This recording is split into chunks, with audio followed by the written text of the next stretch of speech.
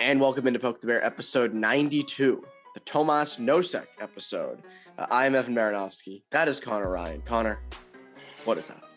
Evan, doing well. How you doing? Doing great.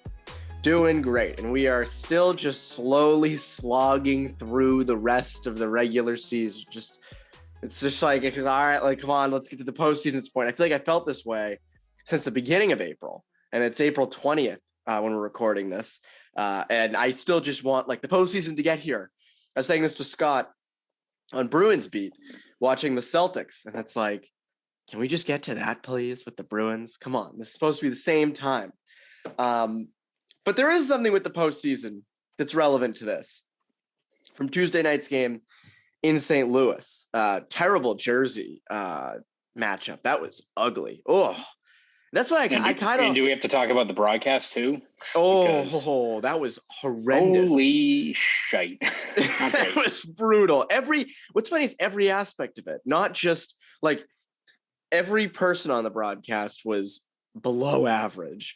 But then on top of it, the quality of the camera angles, presentation, yeah. And the presentation and the audio, there kept sounding like someone was plugging in an audio jack every like 5 minutes. Just awful. And it goes my favorite part of it too, Evan, was the fact that the narratives, what I always find extremely tiring about a broadcast, and it's something that I think even NBC used to do. Remember, like when they'd have their big matchups, it would focus on just one, like a head-to-head matchup between a player. So the star cam. Yeah, so it'd just be like Patrice Bergeron and Crosby the entire time, but they'd have nothing to talk about because it's like, yeah, they're both really good. Yeah, no shit. So like you look at the ESPN broadcast, like how many times was it discussed? One, the Bruins lost to the Blues. That was their first time back in St. Louis since 2019.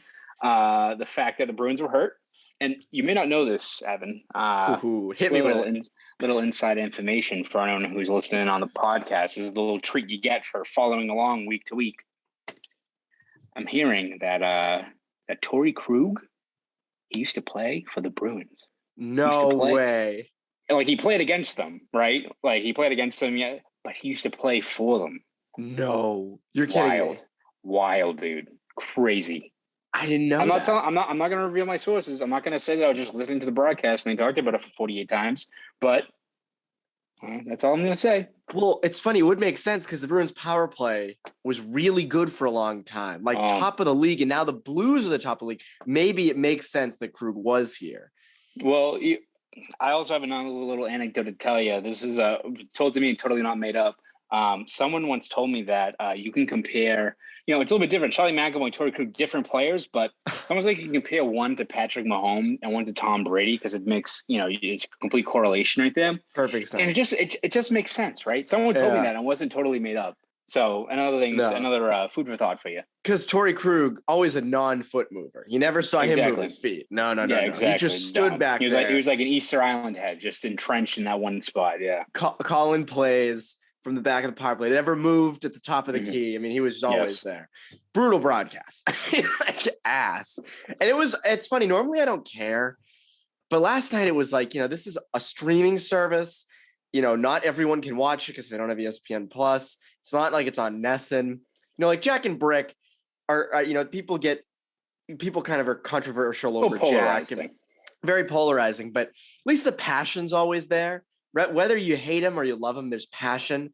And like, again, there's so many issues with Nessun, right? Like the fire drill or the fire alarm going off and them not going on the road and all those things.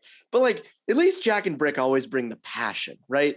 There was no passion in that broadcast. It sounded like they pulled the guy named Roxy off the street, had him do play-by-play. His name's Roxy, by the way. That's quite the name. It sounds like the first like boxer you fight in like Mike Tyson's Punch Out. Is like whatever his name.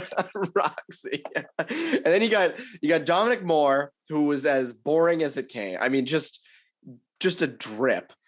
And you have Chris Chelios's daughter on the glass side, who poor Charlie McAvoy was behind was hiding during that interview. Like Jason Bourne. He had no part of it. No, it wasn't great. Wasn't great.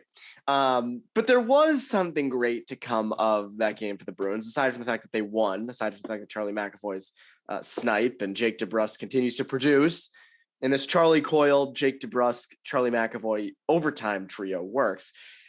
But they won in a way that actually makes sense for them in the playoffs. And they did it, as the broadcast alluded to many times, with guys hurt. Is this a sustainable way to win if you're going up against a team like the Hurricanes or the Rangers, we'll get to later in the show, for a 7-game series? Yeah, I think that's got to be the blueprint that they got to stick to. Obviously, having David Pastrnak back to provide that power play, having a guy like Hampus Lindholm, whether it be injecting offense in a blue line transition, need those guys back, as well as Linus Ullmark, which we'll talk about a little bit later in terms of the goalie situation. But regardless of the firepower that the Bruins have, and those guys will help out a lot, let's face it, they're not going to outgun the Panthers, the Maple Leafs, any of these teams, right? If they want to survive in advance and get through this like terrifying Eastern Conference playoff bracket, they're going to have to just grind these games out. And, maybe it is not the most entertaining brand of hockey, but you saw, I think, in that game against the Blues, and even that Saturday game against the Penguins, another team that can light you up in a hurry, just how suffocating the Bruins can be defensively. And that's not just goaltending and defense, right? It's the overall structure with the forwards who were, as much as St. Louis is a very much a rush heavy team, they would cross over the blue line, try to get into the neutral zone, and they were already draped by a couple of Bruins skaters, making it just so difficult for them. And I think that just is what the kind of game the Bruins need to play if they want to, outlast some of these teams, right? Because again, Bruins aren't going to be winning 7-6 games against the Panthers. At least you hope not, because that's not really a sustainable way to win in the playoffs. But if the Bruins can keep up this, defensive structure, this team identity they have, I mean, they've been near the top of the league in terms of the baseline numbers, in terms of goals against, but they've been 1 or 2 pretty much the entire year in terms of expected goals. I mean, they've done a very good job in terms of limiting the amount of grade A chances that their goaltending faces. And that's the kind of game you have to see from this team if they want to go on a run. You see it in a lot of, I think, these statement wins they've had, whether it's these last couple of games where they've been shorthanded, that game down in Tampa Bay. These teams that can bury you in a hurry are just not generating the same amount of chances you're seeing night to night.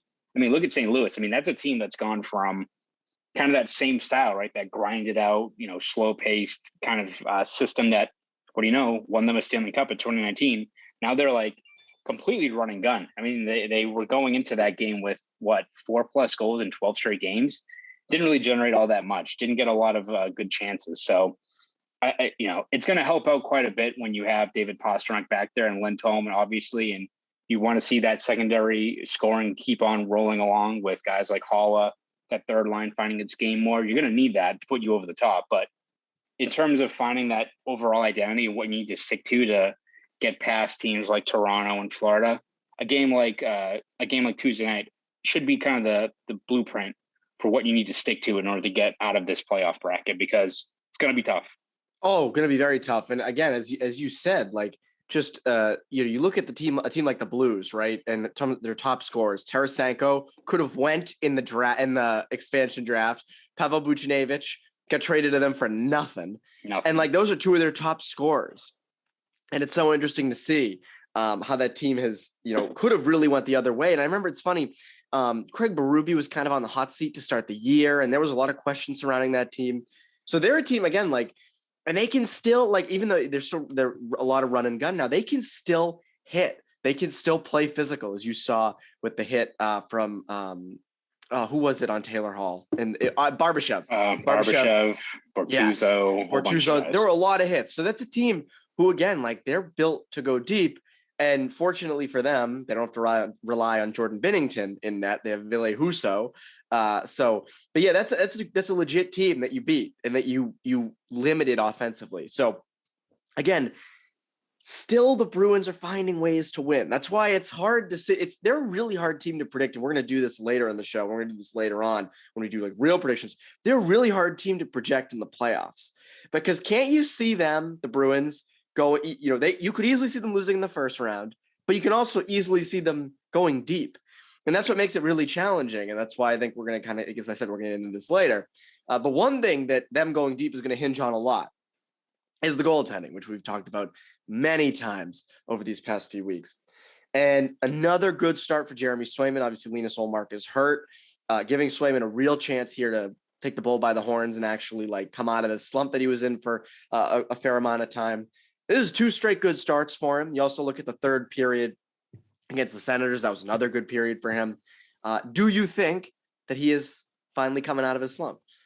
I think he's definitely, much improved from where he was during that kind of extended lull that he had there going into, late March to most of April. I think his last 7 periods of play now, he's got a 9.45 save percentage. You're not seeing nearly as much as some of those red flags you saw during that slump he had, where it's, struggles with rebound control, struggling with handling the puck, not knowing, a little bit indecisiveness. I think you saw in that overtime where there's kind of that play where the puck was skidding around and he didn't know how to play it, but made the decisive move, got that play out of danger. I think it was Tarasenko who was right there. So that could have been a that ice, by the way, was awful. Guys were falling around the whole third period, just randomly. It looked like snipers were in the balconies. It was a preview of what's to come, I think, in May and June, if the Bruins are playing into June over the Garden. But I think you're seeing just a lot more of a confident Swayman. And I think we saw from kind of that post-Rask retirement, that heater he was on for a couple of months there, just how dominant he can be when he's confident and feeling his game. So it's definitely a major step in the right direction. I think the Bruins still want to get Ullmark back and get him in a couple of games before the playoffs start, because one, he was great right before he took that slap shot off the mask. But also I think you want to maximize the potential of this goalie tandem. And you've got one part of it that's improving now, where you've got Swayman, getting back to the player he was during those last couple of months and feeling confident. But if you can go into the playoffs with both those guys playing at a high level, both those guys healthy, it's a good problem to have. The last thing I think you wanted is a situation where maybe we were a few weeks ago, where Ullmark was playing really well, but all right, he's still unproven in the playoffs. You have Swayman really struggling. You don't want to really turn to a struggling rookie if he doesn't have his game right in middle of May. And the flip side, you don't want Swayman playing well, but Ullmark all of a sudden the new question mark. So I think you can kind of look at the situation in net right now. You'd like to get Ullmark back healthy, which you hope will be the case over the next week or so. But if you can get him back in the fold and have Swayman getting back to his game, as you saw over that, February heater he was on, again, good problem to have. We don't know how it's going to, pan out when you get to the playoffs, but both those guys are healthy. Makes for a lot of intriguing options for the Bruins and how they're going to deploy that goalie situation. Yeah, Scott and I were saying this on Bruins Beat. Like, I think there's a legit chance you could see a platoon. Like, I think you could easily see both guys playing, even if they're winning. I could easily see them going back and forth. And again, that's something that's complicated. That is a very tough wire to balance on, so to speak. Okay, speaking of the playoffs, everything we do today is tinged with the postseason. It's still a little unclear who the Bruins are going to play in the first round, because the East is obviously everyone knows who the teams are going to be in the playoffs, but no one knows who's going to play who, because everyone's kind of moving around still. So the 4 teams looks like the Bruins have the best chance of playing would be Carolina, if they were in the wild card spot, New York, if they were in the wild card spot, Florida, if they drop down to the second wild card spot, or Toronto. There's still a chance for Toronto if they, because the Lightning have been struggling. If they surpass the Lightning, move into that 3 spot. I don't think the Maple Leafs are coming down out of the 2 spot. So those are the 4 teams. This is a multiple choice question, Connor, and you got to get it right. Who out of those 4 teams do you want the Bruins playing the most in the first round, and why? Evan, it's not fun to pick. It's like I made the analogy. It's a bad pick. Yeah, I think I made the analogy when I did a story about this last week about just mapping out this playoff bracket. It's like picking which way you're getting down to the Cape in the middle of July. Like, what do you do? Route 3? Do you go over the Sagamore? Do you go Bourne Bridge? 495. Whichever one you pick. Yeah, whichever one you pick, it's gonna friggin' suck, right? It's gonna be shitty. So it's definitely a tough call. I'm leaning, I think, right now towards Rangers. And that one's pretty close right now, because I think them and Carolina are neck and neck. I think Carolina has the tiebreaker, but they're awfully close. Again, this is going to change, I think, day to day. The Bruins are a point behind Tampa. Washington is right on the Bruins' heels, which I think would be I definitely do not want to play Panthers first round, even though I think that's a team that could be exposed. It's almost kind of like it's like playing the Nets, right? Like I think the Celtics are well equipped to play the Nets, but for as strong as the Celtics are, it's a bitter pill to swallow if, let's just say, Kyrie and Durant just go off and they win out in a 7-game series, and the Celtics team in this season that had so much promise just kind of ends in the first round. You just kind of have to shrug your shoulders, like, all right, what are we supposed to do? They were the 7th seed. Like, how are we getting past that? Sometimes that's what you have to do. And I think that's what you'd be like playing the Panthers, where you could expose them, but also they could just light you up and you run into a buzzsaw in the first round. So whoever they play is going to be difficult. But I think you look at the Rangers, and they've been playing very, very well since the deadline, especially. Looked for a while like Carolina's going to run away with the Metro. But I think you just kind of look at the main flaws on that Rangers team. Lethal power play, a legit top 6. Their 5-on-5 play, though, has been pretty lackluster. So that could be an area that I think you kind of saw when the Bruins played them down at Madison Square Garden in February. Keep them out of the penalty box and you stick to kind of that defensive structure the Bruins have. You can make it a 2-1 game, late in the third period. The only equalizer there is Shesterkin, right? I mean, that guy could, again, it's damned if you do, damned if you don't, but he's a guy that if he's on, the Rangers can come out of a lot of those 2-1 wins, right? It's one of those ones where he can steal you quite a few games over the span of a 7-game series. And maybe that gives them an advantage over a guy like Freddie Anderson, who's hurt right now, or Bobrovsky, or, whoever Toronto has in net. He could be the great equalizer. Granted, he's had also some ups and downs. There was that stretch earlier this month where he had 5-6 games in a row with like a sub-8 save percentage. So he's human. Yeah, he is human. It's just now he's kind of rebounding back into being the machine that he was early on in the year. I think he's got 3 shutouts his last 5 games. So that series would be very, very tight. A lot of, I think, 1-goal games, which granted, I think the Bruins are at home when they play those kind of games, those tight checking games. But I think you look at where the majority of the game is played, it's going to be at 5-on-5 even strength play. And in that area, the Bruins can grind it out, land punches when they can. And as long as they keep the Rangers out of the box, I think they've got an ability to kind of grind out through a series like that. Yeah, the Rangers are an interesting case because they are so hot right now, and Shesterkin scares me a bit. For me, it's funny. I look at Carolina, and Scott pointed this out to me on Monday, or on Tuesday, excuse me. They've been rough of late, but the one holdup I have with them is they are experienced now in the playoffs. This is the Carolina team that has been there many times. You beat them twice now. You have to think they do at some point. They were a wagon at the beginning of the year. RBA is a terrific coach. I just wonder if they're going to rebound hard in the playoffs, right? Like if they're going through a lull now, and then come game 1, they're going to be fired up and ready to go. They don't really have a superstar, so that's kind of an area that you can maybe expose, but they are sort of deep. And again, like going against Jacob Slavin for a full 7-game series is never fun. So I don't know if Carolina would be my team. I go back to this, Connor. Give me Toronto. Do it. Right into the fire. It's the most entertaining series, I think, from a storyline perspective. From, these teams have gone against each other so many times, kind of like Red Sox Yankees at this point. And I look at the goaltending, I look at the defense, and I say, there's a way you can expose that. And you're good defensively, right? Like you see how they played the Blues. You're seeing how they're playing these teams like Tampa. You can find a way to shut down Toronto offensively. So I don't think they're going to end up playing Toronto in the first round. I do think it's either going to be Carolina or New York. I think those are going to be the 2 teams. And out of those, I think it's a coin toss. I probably err on the side of Carolina just based on how they've been lately. But Toronto, man, come on. Like that's the series. And so to me, I think you can expose Toronto.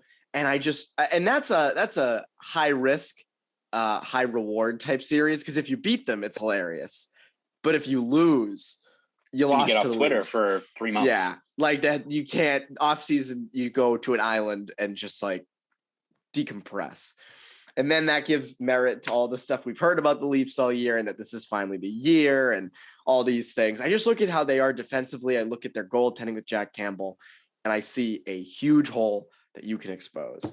But who knows? I think it's going to end up coming down to Carolina and New York. I don't think Toronto or Florida will be the teams, but who knows? The Bruins could pass Tampa Bay in the next couple of games, and suddenly you're facing Toronto in the first round, which, again, would just be cool. I just think that's such a interesting series, and it's great. And this is a different perspective, but from a content perspective, Toronto fans are annoying. I will give them that. Oh, it's a gold mine.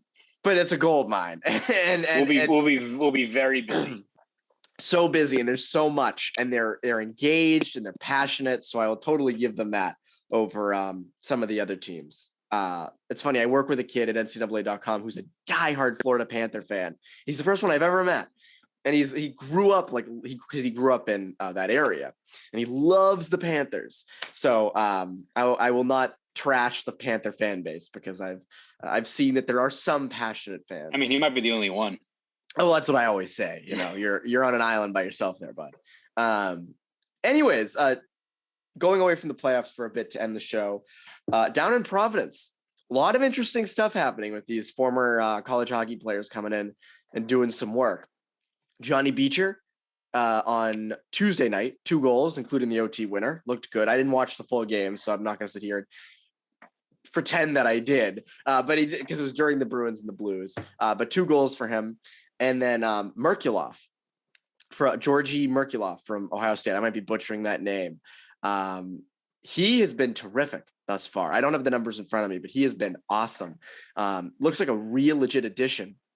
Kirk Luedeke, who was a friend of both of ours, he was on Bruins beat back in the middle of winter. He was awesome. He's been tweeting a ton about Merkulov and how good he is and what a pickup that is. Merkulov's a center. Wonder if the Bruins, is there any chance, Connor, and we're dreaming a bit here, but is there any chance they picked up a potential top 6 center of the future in him?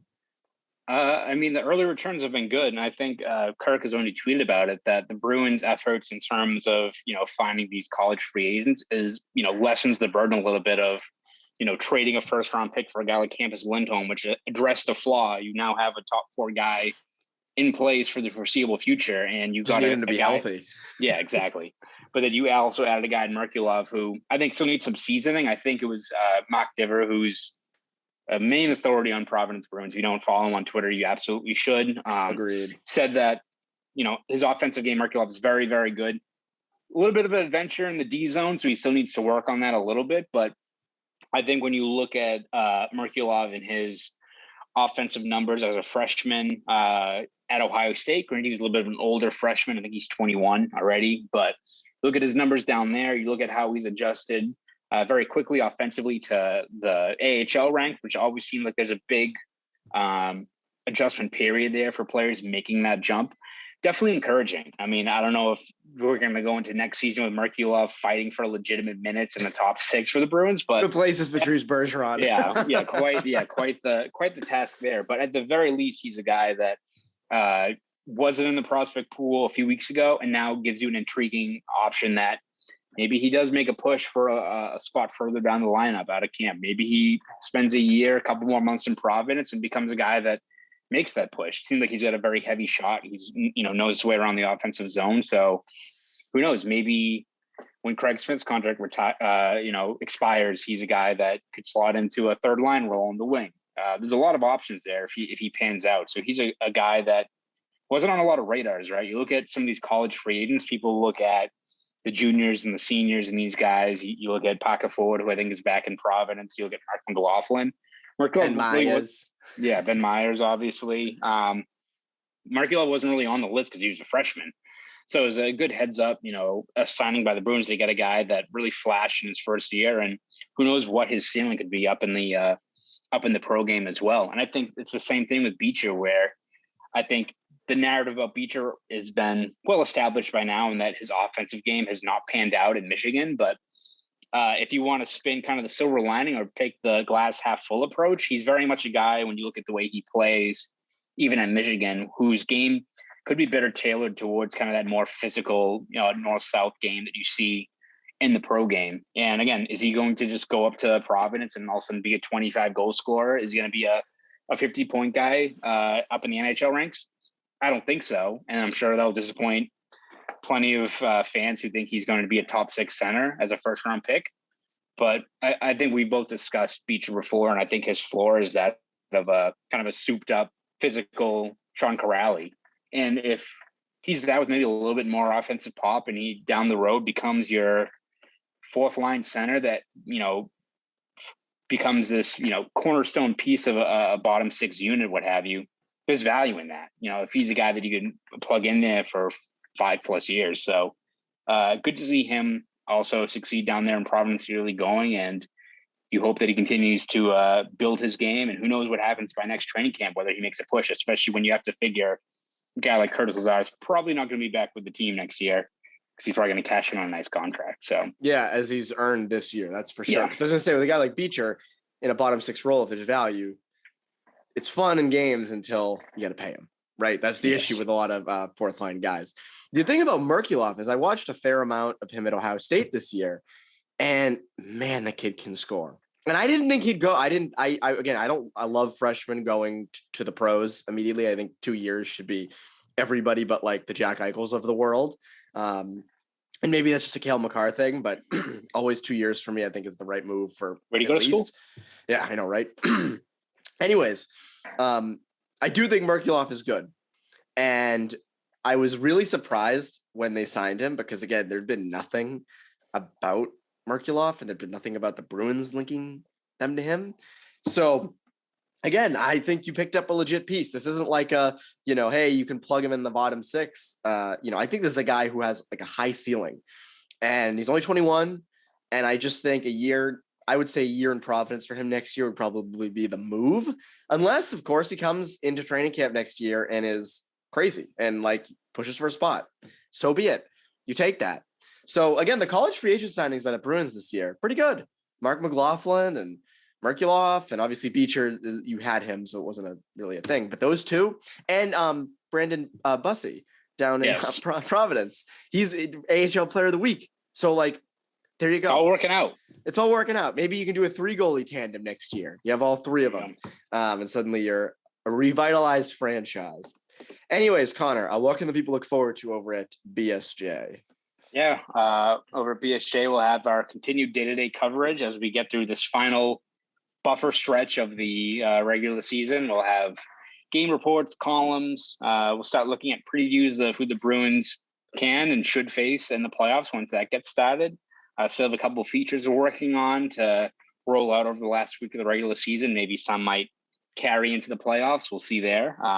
So all that stuff will be over at BSJ. So subscribe at bostonsportsjournal.com. Want to follow me on Twitter? You can do that at ConnorRyan_93. Go do all that. Speaking of your Twitter, I actually just got a notification that you tweeted something like from yesterday. It was your why would happen. Okay, cool. So yes. It's like, I don't know. Yeah, you get hacked. No, I don't know why I get notifications like that. Selling NFTs on the side apparently now. You're gonna get people. My profile picture is now like a chimpanzee drinking my Dunkin'. So. Yeah, it's a $sign now.